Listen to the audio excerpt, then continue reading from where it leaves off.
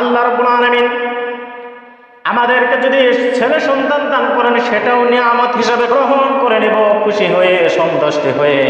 আর আল্লাহ রাব্বুল আলামিন যদি মেয়ে সন্তান দান করেন তবুও আমরা আল্লাহ রাব্বুল আলামিনের প্রতি সন্তুষ্ট রেখে গ্রহণ করব। ইব্রাহিম আলাইহিস সালাতু ওয়াস সালাম তিনি নেক সন্তান চাইলেন, আমাদেরও সেরকম নেক সন্তান চাইতে হবে। সন্তান হয়েছে ঠিক আছে, কিন্তু সন্তানটা বেয়াদব, সন্তানটা মুরব্বির কথা মানে না, সন্তানটা বাবাকে সম্মান করে না, সন্তানটা মাকে সম্মান করে না। আল্লাহ রাব্বুল আলামিন আপনাকে ছেলে সন্তান দান করলেন, আপনি পাঁচটা মেয়েকে মানুষ করে বড় করে সুশিক্ষায় শিক্ষিত করে ভালো পাত্রের সঙ্গে আপনি বিবাহ দিলেন।